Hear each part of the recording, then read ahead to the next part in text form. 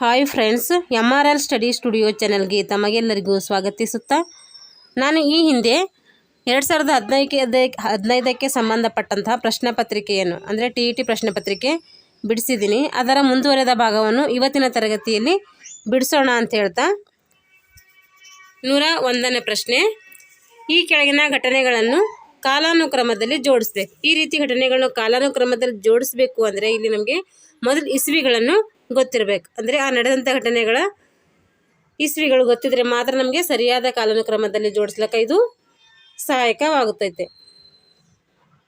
ಈಗ ತಾಳಿಕೋಟೆ ಕದನ ಎಷ್ಟು ನಡೆದೈತೆ? 1565. ಮೊದಲನೇ ಪಾಣಿಪತ್ ಕದನ ಎಷ್ಟು ನಡೀತಿದೆ?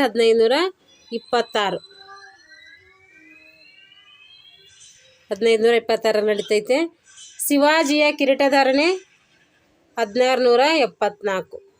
ಮೊಹಮ್ಮದ್ ಬಿನ್ ತುಗ್ಲಕ್ನ ರಾಜಧಾನಿ ಬದಲಾವಣೆ ಮಾಡಿದ್ದು 1327.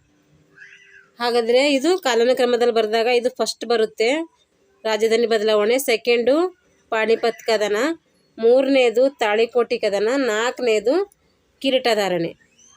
ಇದು ಸೀರಿಯಲ್ ವೈಸ್ ನಾವೇನು ಮಾಡ್ಬೇಕಂದ್ರೆ ಜೋಡಿಸ್ಬೇಕು.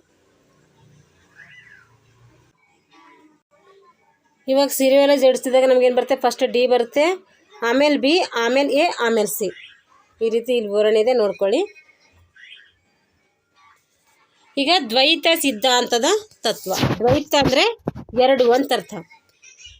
ಈ ತತ್ವದ ಮೂಲ ಉದ್ದೇಶ ಏನಂತಂದರೆ, ಏನು ಜೀವಾತ್ಮ ಮತ್ತು ಪರಮಾತ್ಮ ಬೇರೆ ಬೇರೆನಾ? ಜೀವಾತ್ಮ ಪರಮಾತ್ಮ ಏನು ಎರಡು ಒಂದೇನಾ? ಜೀವಾತ್ಮ ಮತ್ತು ಪರಮಾತ್ಮ ಈ ಲೋಕದಲ್ಲಿ ಮಾತ್ರ ಬೇರೆನಾ? ಜೀವಾತ್ಮ ಮತ್ತು ಪರಮಾತ್ಮ ಮೋಕ್ಷದಲ್ಲಿ ಬೇರೆ ಬೇರೆನಾ ಅಂತಂದರೆ ಜೀವಾತ್ಮ ಮತ್ತು ಪರಮಾತ್ಮ ಎರಡು ಬೇರೆ ಬೇರೆ. ದ್ವೈತ ಅಂದ್ರೆ ಎರಡು ಅಂತ ಅರ್ಥ. ಅದಕ್ಕೆ ಜೀವಾತ್ಮನೇ ಬೇರೆ, ಪರಮಾತ್ಮನೇ ಬೇರೆ ಅಂತೇಳಿ ಹೇಳ್ತಾರೆ. ಈ ಸಿದ್ಧಾಂತಗಳು ನೆನ್ಪಿಟ್ಕೊಳ್ಳೋಕೆ ಒಂದು ಕೋಡ್ ಹೇಳ್ತೀನಿ, ನೆನ್ಪಿಟ್ಕೊಳ್ಳಿ. ರವಿ, ಆಶಾ, ಮದ್ವೆ. ರವಿ ಅಂದರೆ ರಾಮಾನುಜಾಚಾರ್ಯರದು ವಿಶಿಷ್ಟಾದ್ವೈತ, ಆಶಾ ಅಂದರೆ ಶಂಕರಾಚಾರ್ಯರದು ಅದ್ವೈತ, ಮಧ್ವಾಚಾರ್ಯರದು ದ್ವೈತ. ಹಾಗಾದರೆ ದ್ವೈತ ಸಿದ್ಧಾಂತ ಯಾರ್ದು? ಮಧ್ವಾಚಾರ್ಯರದು. ಅದ್ವೈತ ಅಂದರೆ ಏಕತ್ವ ಅಥವಾ ಎರಡು ಅಲ್ಲದ್ದು ಅಂತ ಅರ್ಥ. ಇದು ಅದ್ವೈತ ಅಂದ್ರೇನು? ಒಂದೇ ಅಂತ ಅರ್ಥ. ಈ ಅದ್ವೈತ ಸಿದ್ಧಾಂತ ಪ್ರತಿಪಾದಕರು ಯಾರಂದರೆ ಶಂಕರಾಚಾರ್ಯರು. ಇವ್ರೇನು ಹೇಳ್ತಾರೆ? ಶಂಕರಾಚಾರ್ಯರು ಬ್ರಹ್ಮನೇ ಅಂತಿಮ, ಬ್ರಹ್ಮನೇ ಸತ್ಯ, ಅವನು ನಿರ್ಗುಣ, ಅವನಿಗೆ ಆಕಾರ ಇಲ್ಲ ಮತ್ತು ಸ್ವಪ್ರಕಾಶವಾದ ಅಂದರೆ ಸ್ವಂತ ಬೆಳಕುಳ್ಳವನು ಅಂತೇಳಿ ಶಂಕರಾಚಾರ್ಯ ಹೇಳ್ತಾರೆ. ಶಂಕರಾಚಾರ್ಯರು ಮತ್ತು ಲೌಕಿಕ ಪ್ರಪಂಚಕ್ಕೆ ಆದ್ಯತೆ ನೀಡದೆ ಆಧ್ಯಾತ್ಮಿಕ ಪ್ರಪಂಚಕ್ಕೆ ನಾವೇನು ಮಾಡಬೇಕು? ಹೆಚ್ಚು ಆದ್ಯತೆಯನ್ನು ನೀಡಬೇಕು. ಅಂದರೆ ಸಂಸಾರಿಕ ಸುಖಕ್ಕೆ ನಾವೇನು ಮಾಡ್ಬೋದು? ಆದ್ಯತೆ ಕೊಡಬಾರ್ದು, ಆಧ್ಯಾತ್ಮಿಕ ಪ್ರಪಂಚಕ್ಕೆ ಹೆಚ್ಚು ಒತ್ತು ಕೊಡಬೇಕು ಅಂತ ಹೇಳ್ತಾರೆ. ಇವರು ಪ್ರಪಂಚನೇ ಒಂದು ಮಾಯೆ ಅಂತೇಳಿ ಕರೆದಾರೆ. ಮಾಯೆ ಅಂದರೆ ಒಂದೊಂದು ಬ್ರಹ್ಮೆ ಅಂತ ಅರ್ಥ.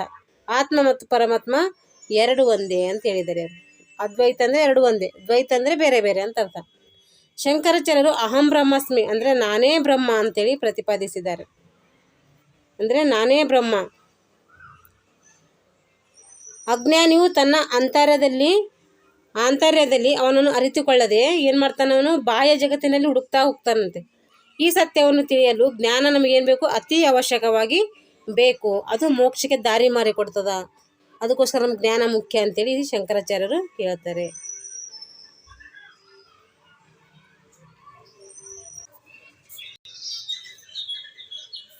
ಕಲ್ಯಾಣ ಕ್ರಾಂತಿಗೆ ಮೂಲ ಕಾರಣ ಏನು? ಕಲ್ಯಾಣದಲ್ಲಿ ಕ್ರಾಂತಿ ಆಗಬೇಕಾದ್ರೆ ಅದಕ್ಕೆ ಮೂಲ ಕಾರಣ ಏನು? ಏನು ಅನ್ನದಾಸೋಹನ? ಏನು ಅಂತರ್ಜಾತಿ ವಿವಾಹ ಮಾಡಿದ್ದ? ಏನು ಬಸವೇಶ್ವರರು ವೈದಿಕ ಧರ್ಮವನ್ನು ಖಂಡಿಸಿದ್ದ? ಬಸವೇಶ್ವರರು ಮಂತ್ರಿ ಪದವಿಯನ್ನು ತ್ಯಜಿಸಿದ್ದ? ಇಲ್ಲಿ 2 ಮತ್ತು 4 ಎರಡೂ ಸರಿ ಆರಿಸಲಾಗುತ್ತೆ. ಯಾಕಂದರೆ ಅವ್ರು ಏನಾದರೂ ಅಂತರ್ಜಾತಿ ವಿವಾಹ ಮಾಡ್ತಾರೆ, ಅದು ಅಲ್ಲಿನ ಜನಕ್ಕೆ ಆಗಲ್ಲ. ಹಾಗೆ ಅವ್ರು ಏನು ಮಾಡ್ತಾರೆ ಅಂದರೆ ಬಸವೇಶ್ವರರು ಮಂತ್ರಿ ಪದವಿ ತ್ಯಜಿಸಿ ಹೋಗ್ತಾರೆ. ಅವಾಗ ಏನಾಗ್ತದೆ? ಮಂತ್ರಿ ಪದವಿ ಬಿಟ್ಟು ಅವ್ರು ಕೂಡಲ ಸಂಗಮಕ್ಕೆ ಹೋಗಿದಾಗ ಅಲ್ಲಿ ಕ್ರಾಂತಿ ಉಂಟಾಗ್ತೈತೆ.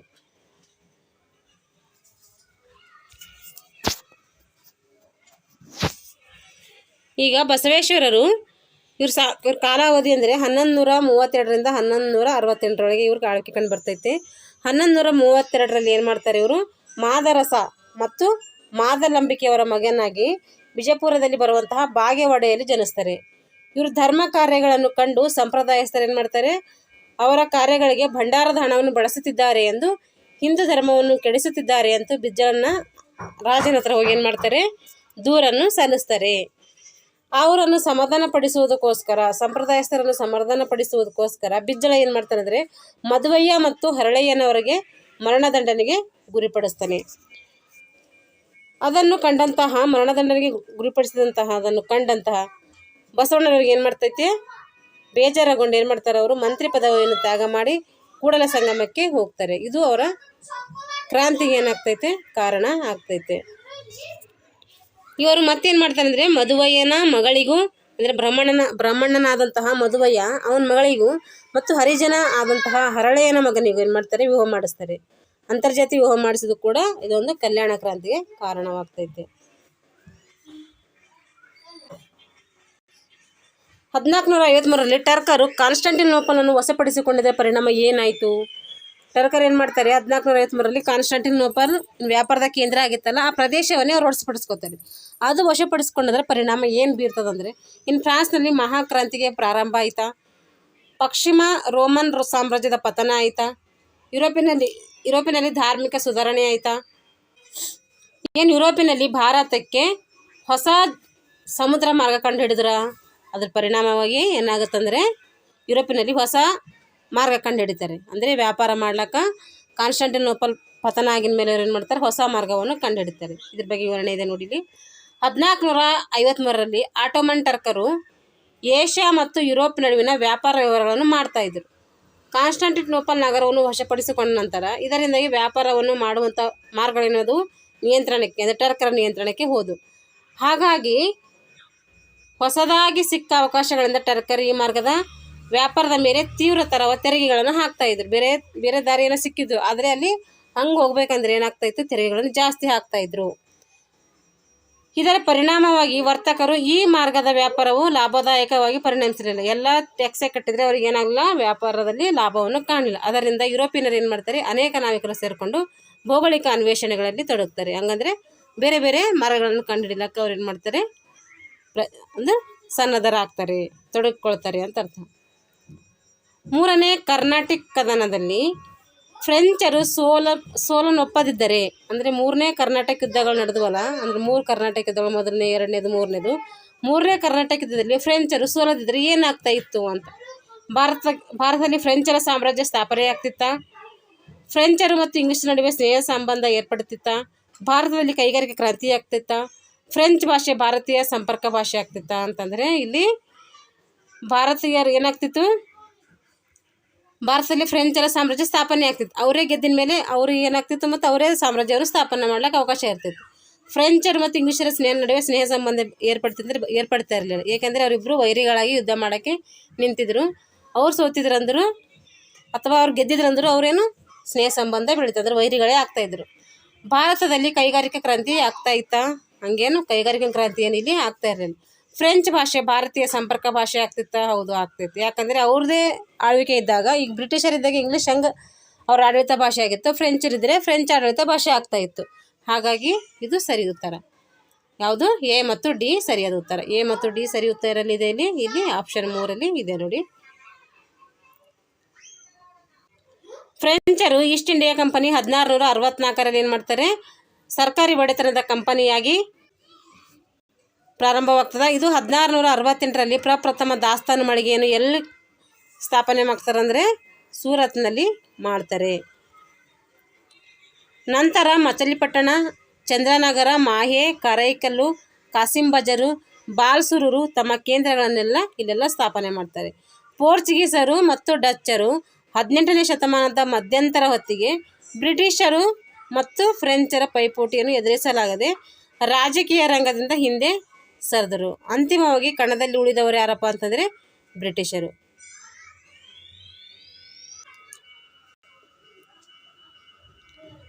ಫ್ರೆಂಚರ ನಡುವೆ ಅಂದರೆ ಬ್ರಿಟಿಷರು ಮತ್ತು ಫ್ರೆಂಚರ ನಡುವೆ ಏನಾದರೂ 3 ಕರ್ನಾಟಕ ಯುದ್ಧಗಳನ್ನು ಜರುಗಿದವು. ಅಲ್ಲಿ ಅಂತಿಮವಾಗಿ ಗೆದ್ದವರು ಯಾರಪ್ಪ ಅಂದರೆ ಬ್ರಿಟಿಷರು.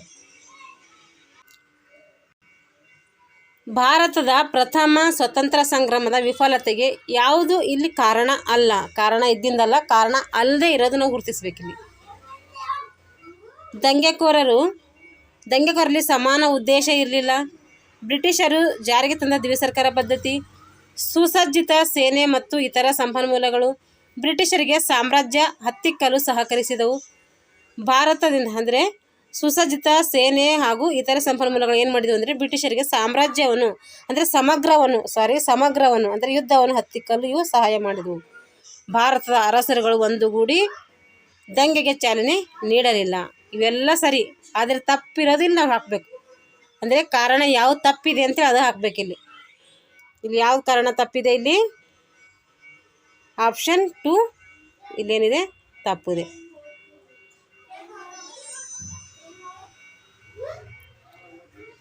ಇವೆಲ್ಲ ಸರಿ ಉತ್ತರ, ಆದರೆ ಇಲ್ಲಿ ತಪ್ಪಾಗಿರೋದು ಕೇಳಿದ್ದಾರೆ.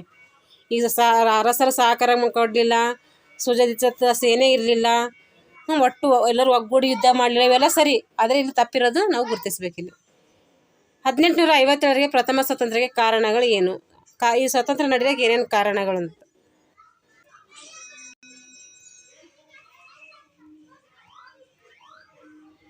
ಈಸ್ಟ್ ಇಂಡಿಯಾ ಕಂಪನಿ ವಿಸ್ತರಣೆ ಸಹಾಯಕ. ಈಸ್ಟ್ ಇಂಡಿಯಾ ಕಂಪನಿ ವಿಸ್ತರಣೆ ಅಂದರೆ ಈಸ್ಟ್ ಇಂಡಿಯಾ ಕಂಪನಿ ವಿಸ್ತರಣೆ ಮಾಡಬೇಕು ಅಂತೇಳಿ ಇದಕ್ಕೊಂದು ಕಾರಣ ಆಗಿರ್ತೈತೆ. ಅದಕ್ಕೋಸ್ಕರ ಯುದ್ಧ ಮಾಡ್ತಾರೆ. ಬ್ರಿಟಿಷರ ಹೊಸ ಆಡಳಿತ ಪದ್ಧತಿ ಕಿತ್ತೊಗಿಬೇಕಂತ ಅದಕ್ಕೆ ಯುದ್ಧ ಮಾಡ್ತಾರೆ. ಭಾರತೀಯರಿಗೆ ಆಡಳಿತದಲ್ಲಿ ಉನ್ನತ ಹುದ್ದೆಗಳು ನೀಡಲಿಲ್ಲ, ಅಂದರೆ ಉನ್ನತ ಹುದ್ದೆಗಳು ನೀಡಲಿಲ್ಲ. ಇವರಿಗೆ ದೊಡ್ಡ ದೊಡ್ಡ ಹುದ್ದೆಗಳೆಲ್ಲ ಬ್ರಿಟಿಷರು ಇಟ್ಕೊಳ್ತಾಯಿದ್ರು. ಇವರಿಗೆ ಏನು ಮಾಡ್ತಾಯಿದ್ರು ಅಂದರೆ ಕೆಳಗಿನ ಹುದ್ದೆಗಳನ್ನು ಕೊಡ್ತಾಯಿದ್ರು. ಅದಕ್ಕೋಸ್ಕರ ದಂಗೆ ಎದ್ರು ಜನ ಇಲ್ಲಿ. ಮತ್ತು ಸಾಮಾಜಿಕ ಮತ್ತು ಆರ್ಥಿಕ ಕಾರಣಗಳಿರ್ತವೆ, ಸೈನಿಕ ಕಾರಣಗಳು, ತತ್ಕ್ಷಣ ಕಾರಣಗಳು, ಇವೆಲ್ಲ ಕಾರಣಗಳಿಂದ 1857ರ ದಂಗೆ ಏನಾಗ್ತೈತೆ ನಡೀತೈತೆ. ಝಾನ್ಸಿ ರಾಣಿ ಲಕ್ಷ್ಮೀಬಾಯಿ ಕಂಪನಿ ಸರ್ಕಾರದ ವಿರುದ್ಧ ದಂಗೆ ಏಳಲು ಕಾರಣ ಏನು? ಯಾವ ನೀತಿಯೊಳಗೆ ದಂಗೆ ಏಳಲು ಸಹಕಾರ ನೀಡ್ತಂದರೆ ದತ್ತು ಮಕ್ಕಳಿಗೆ ಹಕ್ಕಿಲ್ಲ ಅಂತೇಳಿ ಡಾಲ್ಹೌಸಿ ಹೇಳ್ತಾನೆ. ಅದಕ್ಕೋಸ್ಕರ ಝಾನ್ಸಿ ರಾಣಿ ಲಕ್ಷ್ಮೀಬಾಯಿ ಏನು ಮಾಡ್ತಾಳೆ? ದಂಗೆ ಹೇಳ್ತಾಳೆ. ಬ್ರಿಟಿಷ್ ಸಾಮ್ರಾಜ್ಯದ ವಿಸ್ತರಣೆ ಮಾಡುವ ದೃಷ್ಟಿಕೋನ ಇಟ್ಟುಕೊಂಡಂತಹ ಲಾರ್ಡ್ ಡಾಲ್ಹೌಸಿ ಏನು ಮಾಡ್ತಾನಂದರೆ ದತ್ತು ಮಕ್ಕಳಿಗೆ ಹಕ್ಕಿಲ್ಲ ಎಂಬ ನೀತಿಯನ್ನು 1848ರಲ್ಲಿ ಏನು ಮಾಡ್ತಾನೆ? ಜಾರಿಗೆ ತರ್ತಾನೆ. ಈ ನೀತಿಯ ಪ್ರಕಾರ ಈ ನೀತಿ ಪ್ರಕಾರ ಏನಪ್ಪ ಅಂತಂದರೆ ತನಗೆ ರಾಜನಿಗೆ ಮಕ್ಕಳಿಲ್ಲದೆ ಸತ್ತಿದ್ದೀನಂದರೆ ಅವರು ಏನು ಮಾಡ್ಲಿಕ್ಕಿಲ್ಲ, ದತ್ತು ಮಕ್ಕಳು ತಗೊಂಡು ಅಧಿಕಾರವನ್ನು ನಡೆಸಂಗಿಲ್ಲ. ಹಂಗೆ ಮಕ್ಕಳಿಂದ ಸತ್ತಂಥ ರಾಜರದ ಆಸ್ತಿ ಎಲ್ಲ ಏನು ಮಾಡ್ತಾಯಿದ್ರು? ಬ್ರಿಟಿಷರೇ ತಗೊಳ್ತಾ ಇದ್ದರು. ಅದಕ್ಕಾಗಿ ಈ ರೀತಿ ನೀತಿ ತಂದನು. ಆದರೆ ಇದಕ್ಕೆ ವಿರುದ್ಧವಾಗಿ ಏನು ಮಾಡಿದ್ರು? ಝಾನ್ಸಿ ರಾಣಿ ಲಕ್ಷ್ಮೀಬಾಯಿ ಅದನ್ನು ದತ್ತು ಮಕ್ಕಳಿಗೆ ಹಕ್ಕಿಲ್ಲ ಎಂಬ ನೀತಿಯನ್ನು ವಿರೋಧಿಸಿ ತನ್ನ ಒಬ್ಬ ದತ್ತು ಪುತ್ರನನ್ನು ತಗೊಂಡು ಏನು ಮಾಡ್ತಾಳೆ? ಅಲ್ಲಿ ನೇಮಕವನ್ನು ಮಾಡ್ತಾಳೆ. ಅದಕ್ಕೋಸ್ಕರ ಅಲ್ಲಿ ಏನು ಮಾಡ್ತಾರೆ? ಯುದ್ಧವನ್ನು ಮಾಡ್ಲಿಕ್ಕೆ ಸಹಕಾರಿ ಅವರು ನೀಡಲ್ಲ ಬ್ರಿಟಿಷರು. ನೋಡ್ರಿ, ಈ ನೀತಿಯ ಪ್ರಕಾರ ಅದನಕ್ಕೆ ಒಳಪಟ್ಟಂತಹ ರಾಜ್ಯ ಸ್ವಾಭಾವಿಕ ವಾರಸುದಾರನಿಲ್ಲದೆ ಸತ್ತರೆ ಆ ರಾಜ್ಯವು ಏನಾಗ್ತಿತ್ತು? ಇಂಗ್ಲೀಷರ ಅಧಿಪತ್ಯಕ್ಕೆ ಸೇರ್ತಾ ಇತ್ತು. ಈ ನೀತಿಯನ್ನು ಅನುಸರಿಸಿ ಬ್ರಿಟಿಷರು ಏನು ಮಾಡಿದ್ರು? ಈ ನೀತಿಯನ್ನು ಇಟ್ಕೊಂಡು ಬ್ರಿಟಿಷರು ಸತಾರ, ಜೈಪುರು, ಮತ್ಯಾವುದು ಸಂಬಲ್ಪುರು, ಉದಯ್ಪುರು, ನಾಗ್ಪುರು ಇವೆಲ್ಲ ಏನು ಮಾಡಿದ್ರು? ತಮ್ಮ ಸ್ವಾಧೀನಕ್ಕೆ ವಶಪಡಿಸಿಕೊಂಡ್ರು. ಕೆಳಗಿನ ಪಟ್ಟಿ ಎ ಮತ್ತು ಪಟ್ಟಿ ಬಿಗಳಲ್ಲಿ ಉತ್ತರಗಳನ್ನು ಇದ್ದಾವೆ, ಅವು ಸರಿಯಾಗಿ ನಾವು ಜೋಡಿಸ್ಬೇಕು. ರಾಜಾರಾಮ್ ಮೋಹನ್ ರಾಯರು ಏನು ಮಾಡಿದರು? ದಯಾನಂದ ಸರಸ್ವತಿ ನೋಡ್ರಿ, ಇಲ್ಲಿ ನಿಮ್ಮ ಸ್ವಲ್ಪ ಮೇಲ್ಗಡೆ ಇದೆ PDF ತೆಗಿತೀನಿ. ಡಾಕ್ಟರ್ ಆನಿ ಬೆಸೆಂಟ್, ಜ್ಯೋತಿಬಾ ಫುಲೆ ಇವರೆಲ್ಲ ಏನೇನು ಮಾಡಿದ್ರಂತ. ರಾಜಾರಾಮ್ ಮೋಹನ್ ರಾಯರಿಗೆ ಏನಂತ ಕರಿತೀವಿ ನಾವು? ಭಾರತದ ನವೋದಯದ ಅಂದರೆ ಪುನರುಜ್ಜೀವನದ ಪಿತಾಮಹ ಅಂತೇಳಿ ಕರಿತೀವಿ. ಭಾರತದ ನವೋದಯದ ಪಿತಾಮಹ ಅಂತೇಳಿ ಕರಿತೀವಿ.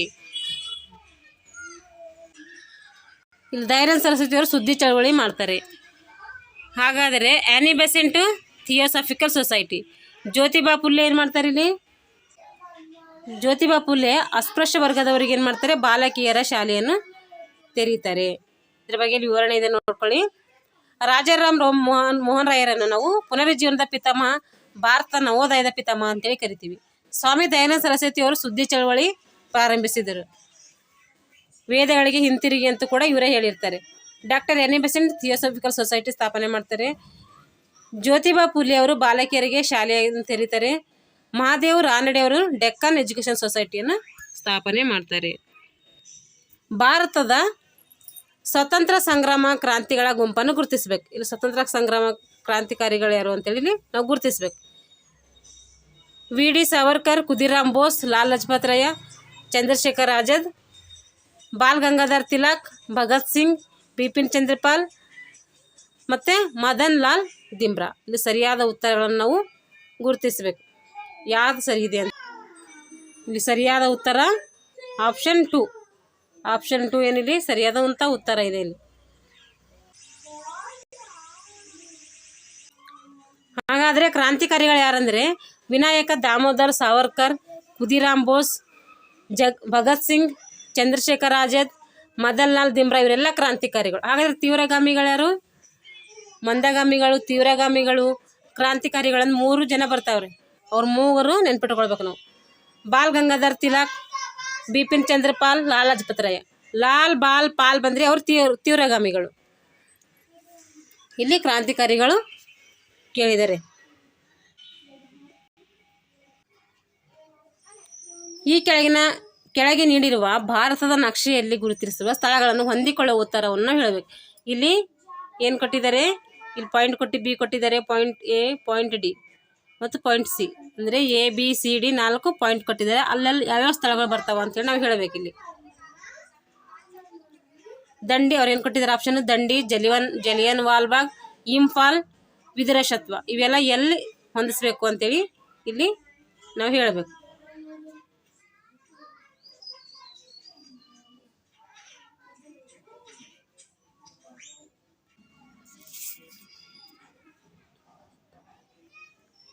ಇಲ್ಲಿ ದಂಡಿ ಎಲ್ಲಿ ಬರ್ತೈತೆ? ದಂಡಿ ಇಲ್ಲಿ ಬರ್ತಿದೆ. ಜಲಿಯನ್ ವಾಲ್ಬಾಗು, ವಿದುರಶತ್ವ ಇಲ್ಲಿ ಬರ್ತೈತೆ ನಮ್ಮ ಕರ್ನಾಟಕದಲ್ಲಿ. ಇಂಫಾಲ್ ಇದು ಮಣಿಪುರದಲ್ಲಿ ಬರ್ತೈತೆ, ಇದು ಇಲ್ಲಿ. ಹಾಗಾದರೆ ಜಲಿಯನ್ ವಾಲ್ಬಾಗ್ ಬರೋದು ಇಲ್ಲಿ, ದೆಹಲಿಯಲ್ಲಿ ಜಲಿಯನ್ ವಾಲ್ಬಾಗ್ ಬರ್ತೈತೆ. ಹಾಗಾದರೆ ಇಲ್ಲಿ ಸರಿಯಾದಂಥ ಉತ್ತರ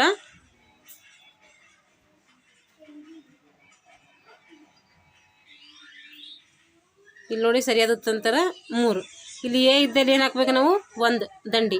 ಬಿ ಇದ್ದಲ್ಲಿ ಏನು ಹಾಕಬೇಕು? ಸರಿಯಾಗಿ ಕಾಣ್ತಾ ಇಲ್ಲ. ಇಲ್ಲಿ ಏನಾಗುತ್ತೆ? ಇಲ್ಲಿ ಸಿ ಸರಿಯಾದಂಥ ಉತ್ತರ ಆಗ್ತೈತೆ.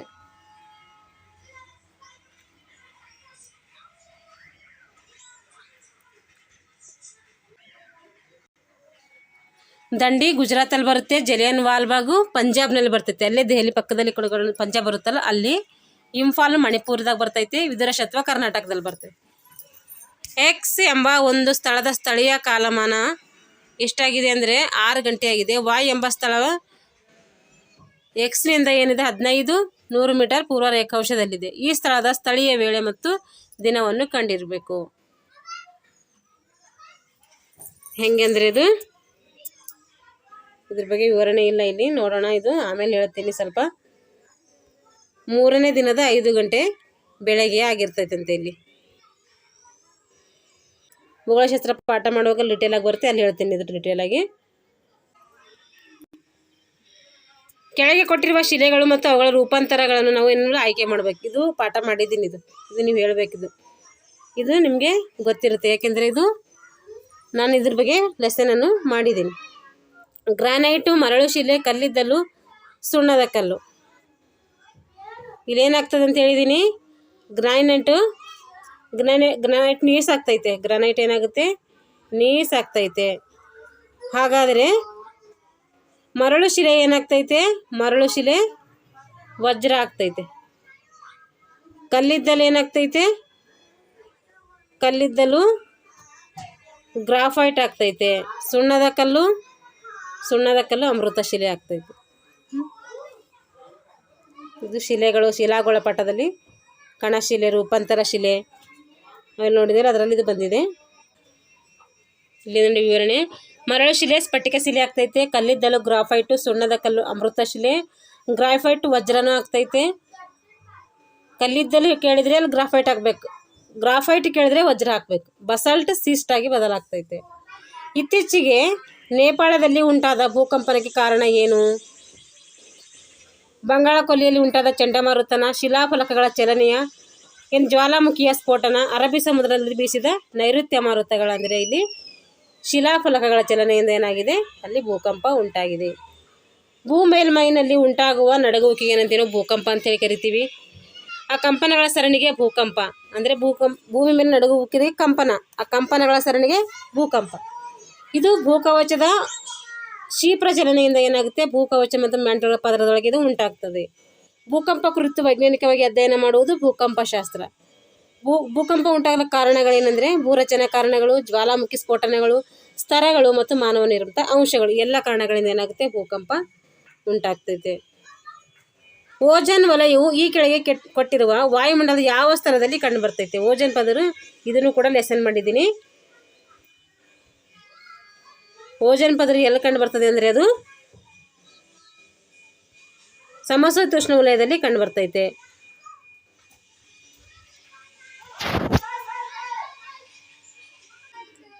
ನೋಡ್ರಿ, ಇಲ್ಲಿ ಪರಿವರ್ತನಾ ಮಂಡಲನ, ಸಮೋಷ್ಣ ಮಂಡಲ, ಬಾಹ್ಯ ಮಂಡಲ, ಮಧ್ಯಂತರ ಮಂಡಲ ಅಂದರೆ ಇದು ಸಮೋಷ್ಣ ಮಂಡಲದಲ್ಲಿ ಕಂಡು ಬರ್ತೈತೆ, ಅಂದರೆ ಸ್ಟ್ರಾಟೋಸ್ಫಿಯರಲ್ಲಿ ಕಂಡು ಬರ್ತೈತೆ. ಪರಿವರ್ತನಾ ಮಂಡಲ ಇದು ವಾಯುವಳದ ಅತ್ಯಂತ ಕೆಳಮಂಡಲ, ಇದಕ್ಕೆ ಟ್ರೋಪೋಸ್ಫಿಯರ್ ಅಂತೇಳಿ ಕರಿತೀವಿ. ಬಾಹ್ಯ ಮಂಡಲ ಎಕ್ಸೋಸ್ಫಿಯರ್, ಮಧ್ಯಂತರ ಮಂಡಲ ಮೀಸೋಸ್ಫಿಯರ್. ಇಲ್ಲಿ ಸರಿಯಾದಂಥ ಉತ್ತರ ಸ್ಟ್ರಾಟೋಸ್ಫಿಯರ್.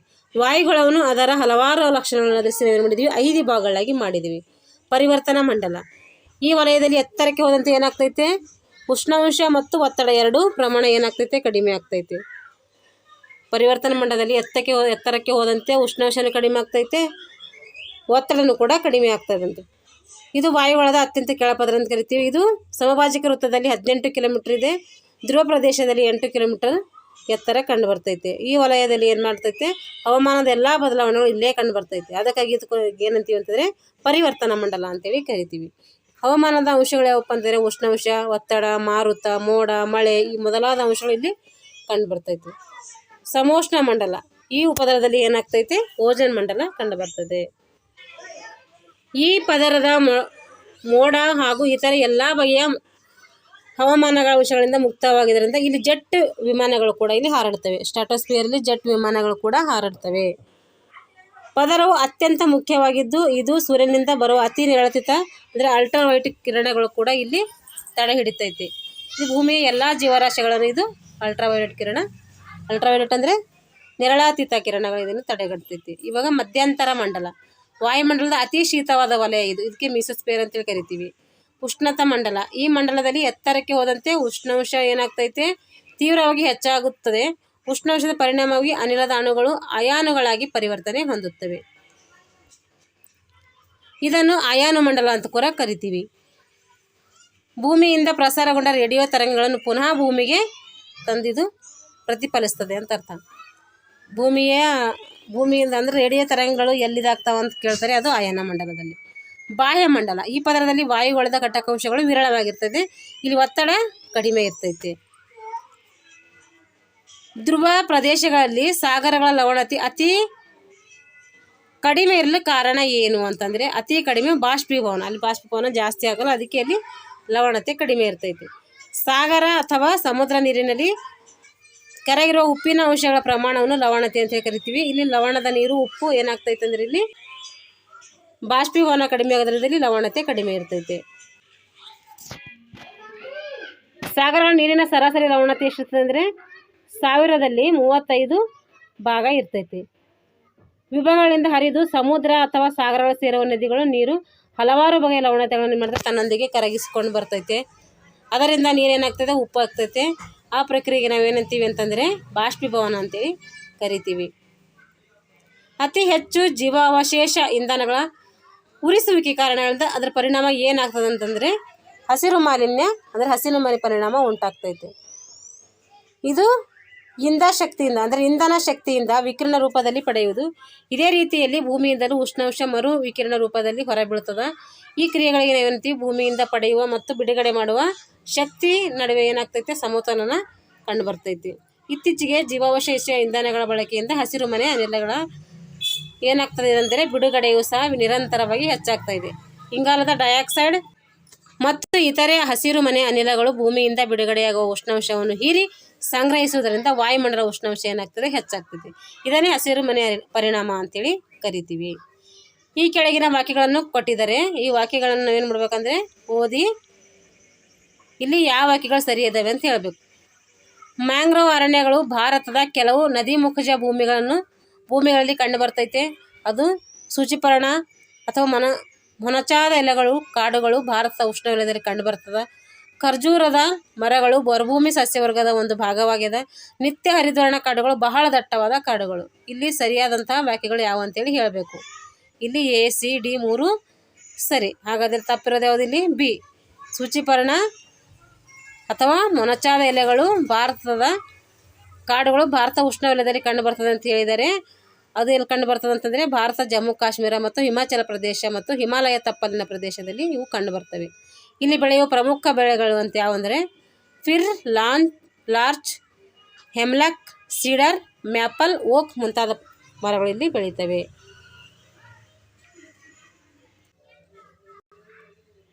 ಈ ಕೆಳಗೆ ಎ ಕಾಲಮ್ನಲ್ಲಿ ಮತ್ತು ಬಿ ಕಾಲಮ್ನಲ್ಲಿ ಬೆಳೆಯುವ ವಿಧಗಳನ್ನು ಕೊಟ್ಟಿದ್ದಾರೆ, ಜೋಡಿಸ್ಬೇಕು. ಗೋಧಿ, ಕಬ್ಬು, ಟೀ, ಹತ್ತಿ ಏನು ಮಾಡಬೇಕು? ಯಾವ್ಯಾವಕ್ಕಂತ ಹೊಂದಿಸ್ಬೇಕು. ಇಲ್ಲಿ ಪಾನೀಯ ಬೆಳೆ ಯಾವುದು, ನಾರಿನ ಬೆಳೆ ಯಾವುದು, ತೋಟಗಾರಿಕೆ ಬೆಳೆ ಯಾವುದು, ಆಹಾರ ಬೆಳೆ ಯಾವುದು, ವಾಣಿಜ್ಯ ಬೆಳೆ ಯಾವುದು? ಇಲ್ಲಿ ಏನಿದೆ ಅಂದರೆ ಇಲ್ಲಿ ಟೀ ಏನಿದು ಪಾನೀಯ ಬೆಳೆ, ಹತ್ತಿ ಕಬ್ಬು ವಾಣಿಜ್ಯ ಬೆಳೆ, ಹತ್ತಿ ನಾರಿನ ಬೆಳೆ, ಗೋಧಿ ಏನಿದು ಆಹಾರ ಬೆಳೆ. ಇದು ಸರಿ ಇರುವಂಥ ಆನ್ಸರ್ ಎಲ್ಲಿದೆ ನೋಡಿ. ಇಲ್ಲಿ 3 ಆಪ್ಷನ್ ಸರಿ. ಗೋಧಿ ಏನು ಆಹಾರ ಬೆಳೆ, ಕಬ್ಬು ವಾಣಿಜ್ಯ ಬೆಳೆ, ಟೀ ಪಾನೀಯ ಬೆಳೆ, ಹತ್ತಿ ನಾರಿನ ಬೆಳೆ.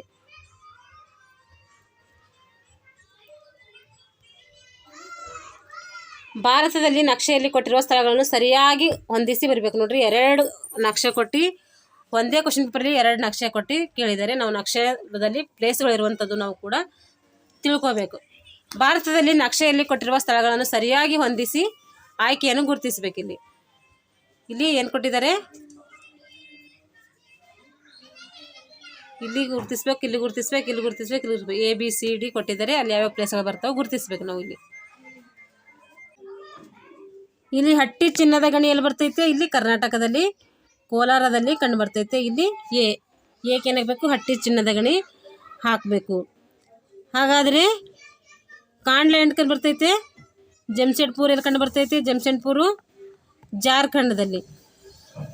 ಜಾರ್ಖಂಡದಲ್ಲಿ ಅಂದರೆ ಜಾರ್ಖಂಡಲ್ಲಿ ಬರ್ತೈತೆ.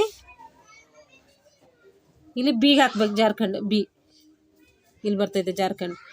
ಜಮ್ಶೆಡ್ಪುರು ಸರಿ ಇಲ್ಲಿ ಬಿಗೆ ಏನು ಹಾಕಬೇಕು? ಗುಜರಾತ್ ಹಾಕಬೇಕು. ಇಲ್ಲಿ ಗುಜರಾತ್ ಬರ್ತೈತೆ. ಬಿಯಲ್ಲಿ ಗುಜರಾತ್. ಇಲ್ಲಿ ಕಾಂಡ್ಲಾ ಕಂಡು ಬರ್ತೈತೆ ನಮಗೆ. ಕಾಂಡ್ಲಾ ಇಲ್ಲಿ ಗುರುತಿಸಬೇಕು. ಇಲ್ಲಿ ಜಮ್ಶೆಡ್ಪುರು ಎಲ್ಲಿ ಬರ್ತೈತೆ? ಜಾರ್ಖಂಡಲ್ಲಿ ಜಮ್ಶೆಡ್ಪುರ್ ಬರ್ತೈತೆ ನಮ್ಗೆ. ಇಲ್ಲಿ ಏನು ಕಂಡು ಬರ್ತದೆ ಅಂತಂದರೆ ಇಲ್ಲಿ ಜಮ್ಶೆಡ್ಪುರ್ ಹಾಕ್ಬೇಕು. ಸಿ ಇದ್ದಲ್ಲಿ ಜಮ್ಶೆಡ್ಪುರ್ ಹಾಕ್ಬೇಕು ಇಲ್ಲಿ. ಹಾಗಾದರೆ ನರೋರಾ ಎಲ್ಲಿ ಕಂಡು ಬರ್ತೈತೆ? ನರೋರಾ ಉತ್ತರ ಪ್ರದೇಶ. ಇಲ್ಲಿ ಉತ್ತರ ಪ್ರದೇಶ ಬರ್ತೈತೆ, ಅಲ್ಲಿ ನರೋರಾ ಕಂಡು ಬರ್ತೈತೆ. ಈಗ ಸರಿಯಾದಂಥ ಉತ್ತರ ಯಾವುದಿದೆ ಇಲ್ಲಿ ಸರಿಯಾದ ಉತ್ತರ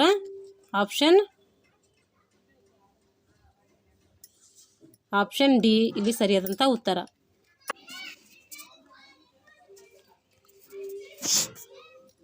ಇದ್ರ ವಿವರಣೆ ಇದೆ ನೋಡ್ಕೊಳ್ಳಿ. ಇದ್ರದ್ದು ಹಟ್ಟಿ ಚಿನ್ನದ ಗಣಿ ಕಂಡು ಬರೋದು ಕೋಲಾರದಲ್ಲಿ, ಕಾಂಡ್ಲಾ ಗುಜರಾತ್ನಲ್ಲಿ, ಜಮ್ಶೆಡ್ಪುರ್ ಜಾರ್ಖಂಡದಲ್ಲಿ, ನರೋರಾ ಉತ್ತರ ಪ್ರದೇಶದಲ್ಲಿ.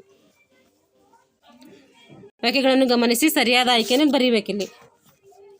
ದೇಶದ ವಿವಿಧೆಡೆ ಬೆಂಗಳೂರಿಗೆ ವಲಸೆ ಬರುವ ಜನರು ಹೆಚ್ಚಿದ್ದಾರೆ. ಭಾರತದ ಈಶಾನ್ಯ ಭಾಗಗಳಲ್ಲಿ ಉದ್ಯೋಗಾವಕಾಶಗಳು ಹೆಚ್ಚು.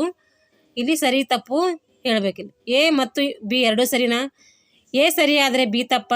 ಎ ಮತ್ತು ಬಿ ಎರಡೂ ಸರಿನಾ? ಎ ತಪ್ಪು ಬಿ ಸರಿನಾ ಅಂತಂದರೆ ಇಲ್ಲಿ ಎ ಸರಿ ಆದರೆ ಬಿ ತಪ್ಪು. ಭಾರತದ ಈಶಾನ್ಯ ಭಾಗಗಳಲ್ಲಿ ಏನಿದೆ ಉದ್ಯೋಗಾವಕಾಶಗಳು ಹೆಚ್ಚು ಇಲ್ಲ. ಬೆಂಗಳೂರಿಗೆ ವಲಸೆ ಬರುವುದು ಇದು ಸರಿಯಾದಂಥ ಉತ್ತರ. ಇಲ್ಲಿ ಸರಿಯಾದಂಥ ಉತ್ತರ ಆಪ್ಷನ್ 2 ಎ ಸರಿ. ಬೆಂಗಳೂರಿಗೆ ಏನಂತೀವಿ ನಾವು? ಸಿಲಿಕಾನ್ ಸಿಟಿ ಅಂತೇಳಿ ಕರಿತೀವಿ. ಈಶಾನ್ಯ ಭಾರತದಲ್ಲಿ ಏನು ಮಾಡೋಣ? ಪೂರ್ವದ ಭಾಗವಾಗಿರ್ತದೆ. ಇದು ದೇಶದ ಭೌಗೋಳಿಕ ಮತ್ತು ರಾಜಕೀಯ ಆಡಳಿತದ ವಿಭಾಗ ಅಂತೇಳಿ ನಾವು ಕರಿತೀವಿ. ಇದು 8 ರಾಜ್ಯಗಳನ್ನು ಒಳಗೊಂಡಿದೆ. ಅವು ಯಾವಪ್ಪ ಅಂದ್ರೆ ಅರುಣಾಚಲ ಪ್ರದೇಶ, ಅಸ್ಸಾಂ ಆಗಿರ್ಬೋದು, ಮಣಿಪುರ, ಮೇಘಾಲಯ, ತ್ರಿಪುರ, ನಾಗಾಲ್ಯಾಂಡು ಇವೆಲ್ಲ ಏನು ಮಾಡ್ತವೆ? ಇಲ್ಲಿ ಕಂಡು ಬರ್ತೈತೆ. ಈಗ 120 ಸಲ ಬಿಡಿಸಿದ್ದೀನಿ.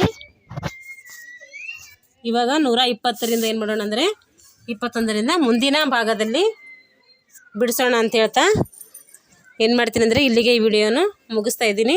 Thanks for watching all.